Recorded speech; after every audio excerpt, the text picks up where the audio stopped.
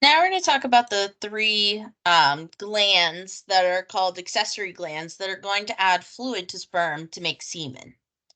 So first are going to be seminal glands or seminal vesicles. You've heard me use kind of both terms. They're called both. So there are gland or vesicle that's producing fluid, again adding to sperm.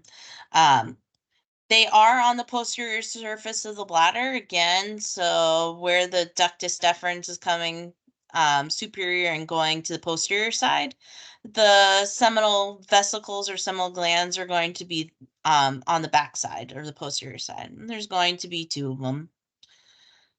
They do have smooth muscle that it's going to contract during ejaculation because they're going to add their fluid to the sperm, again, making up a good portion of semen. So they have um, a duct that's going to join, again, the ductus deferens to make the ejaculatory duct that's then going to go into the urethra at the level of the prostate, which we'll talk about the prostate next. First, it produces a thick, so viscous meaning thick, alkaline. So remember, alkaline is basic, meaning it has a higher pH. Seminal fluid. Why do you think, kind of think about it for a sec, why we want a higher pH? And I'm going to go over these things.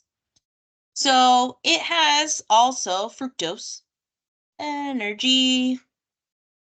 What are the sperm doing? They're going to be swimming, and they have a long way to swim for sperm, so they need energy.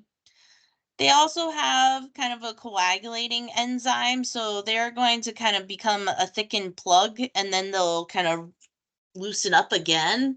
So they kind of coagulate together, and then they'll kind of relax and be able to swim separate. Also, some prostaglandins, which is chemical messengers that we have in here. So there's a bunch of stuff that the seminal glands are going to be producing. Messengers. um, They also produce a yellow pigment that's going to show up under UV light. So this is how we see semen. So if you ever watch any of those crime shows that they're like, oh, there's a semen sample here because they can show with black light, that's because of the additional part of the seminal glands. And a largest portion of semen and the volume of semen is coming from these seminal glands. Again, enters to the urethra at the ejaculatory duct. So going back again to why we have a high pH, where are we entering? We're entering the urethra, and urine also goes through the urethra. So it's a two for one. So urine has a low pH, and that can be damaging. So the acidity of urine can be damaging to sperm. So having an alkaline seminal fluid or an increased pH is going to neutralize the pH into the urethra, protecting the sperm.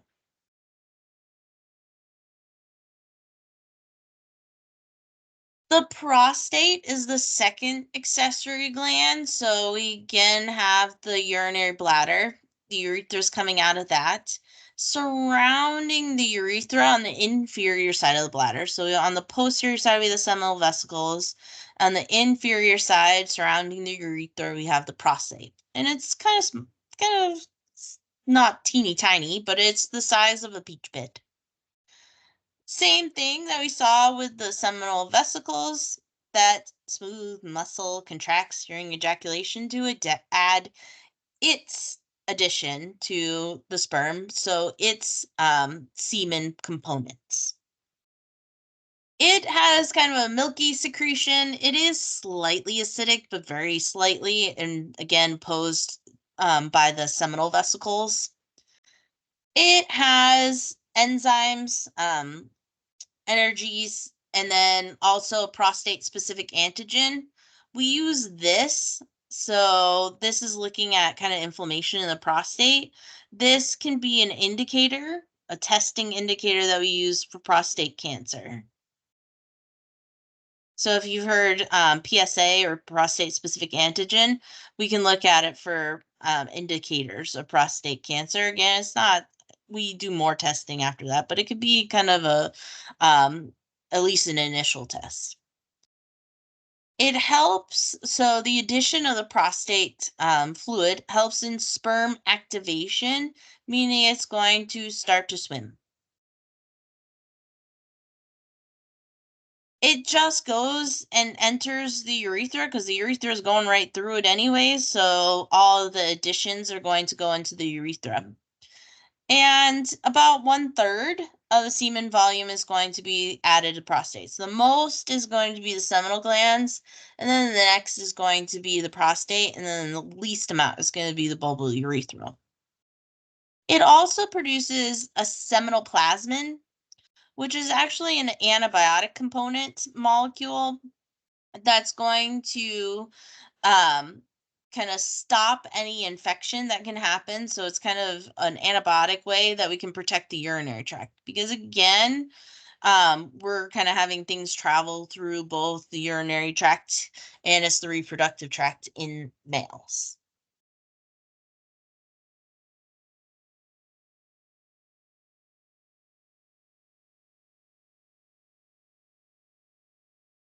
In the bulbal urethral gland, that's going to be inferior to the prostate. So again, we have the prostate, we have the urethra, and then we have this little kind of pea-sized gland that's a little lower and inferior.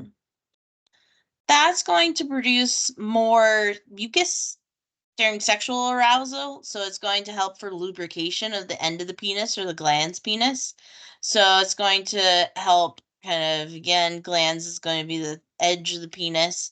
So it's going to go into the urethra and help lubricate with mucus. But it also is a neutralizer as well. So it's going to be slightly alkaline, where it's going to be a little basic because of the acidic nature of urine in the urethra. So again, semen is going to be a mix of sperm and all of those accessory glands fluids. So it's sperm and everything that we just listed of the bulbourethral glands, the prostate, and the seminal glands. So about 2 to 5 mils of semen are ejaculated, and they can have a variable amount of sperm, depends. So, and we kind of look at it sperm per mil. So it can have 20 to 150 million sperm per mil. So, and then if you're doing 2 to 5 mils per ejaculation, that's a lot of sperm. So you can have kind of 40 million to 300 million just to start. We have fructose, which is added by the seminal vesicles. Again, that's going to help with ATP production. Again, the sperm are swimming, it's using energy. They need ATP.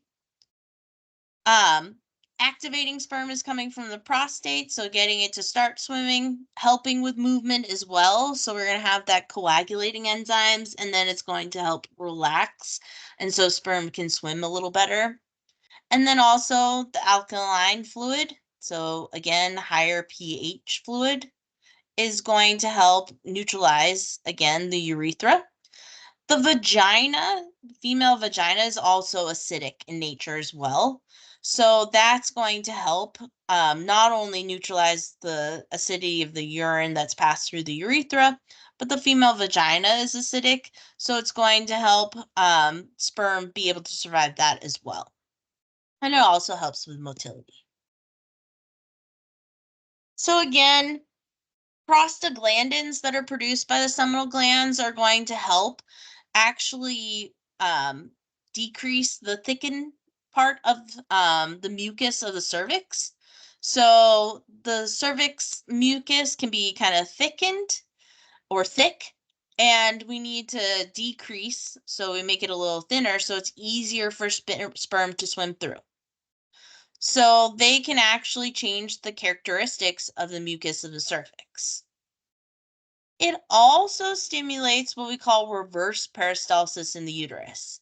So we're going to look at the female reproductive tract later, but we have the uterus, which is where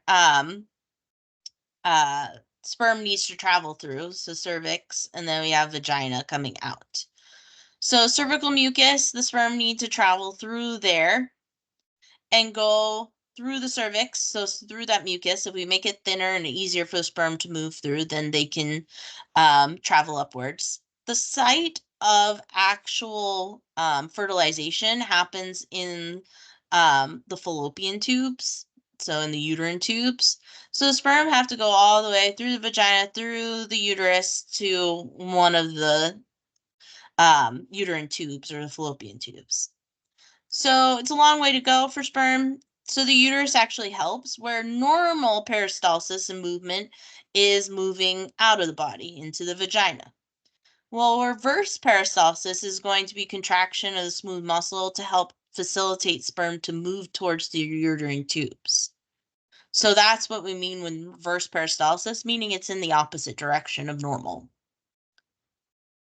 It also helps, so semen's going to have relaxin, which is a hormone in both males and females, and also enzymes that are going to help with sperm motility or swimming. Again, ATP, energy is going to be needed for swimming. Also, this is foreign material into the female. So sperm is abnormal and a foreign object going into the female's reproductive tract. So you can have an immune response. So you can have where the female's immune system is actually going to attack sperm. So some characteristics of semen is to actually suppress that immune response so the sperm's not attacked before it can get and fertilize the egg that's being released, if it has been released. We have antibiotic chemicals as well as going through the vagina, which can have bacteria growth. It can also go through, again, the urethra. If you have a UTI, it's not going to damage the sperm. So we're going to have bacteria that's killed if it's in kind of the vagina, but also in the penis and the urethra. We can protect the sperm by having antibiotic chemicals. And then we also have the coagulation. So we actually have the clotting factors, again, from the seminal glands, that's going to initially clot the semen. So not completely like we think of a normal clot, but basically thicken it and make it kind of this one blob. And that's because, again, it's going to enter the female reproductive tract, and we kind of want it just to not drain back out and stay. So first, it kind of globs together and stays. We have the reverse peristalsis that's going to help sperm move. And then we have liquefying it so that sperm can actually swim. When they're in the glob, it's difficult for them to swim and do their job. We liquefy it, and then sperm can swim. Again, goal getting to the fallopian tubes or the uterine duct. So again, just looking at kind of the anatomy. Next video, we're going to talk about production of sperm. So we have the scrotum with the dartos muscle, smooth muscle that would wrinkle the scrotum. We have the raphe that we can see on the outside with the scrotal septum separating the two sides. We have the cremaster, which is going up the spermatic cord, which is going to help with temperature control as well, and also change during sexual arousal. We have the superficial inguinal ring entrance into the inguinal canal that's going to lead into the pelvic cavity. And then we have the spermatic cord, which has the nerve, the artery, the pampiniform venous plexus, help with cooling as well, and the ductus deferens, which is going to be where sperm is traveling around the bladder and then out the urethra. Again, this is looking skin, dartos muscle.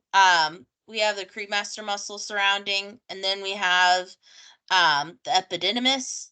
We have the efferent ductules from the rete testes that go into the epididymis.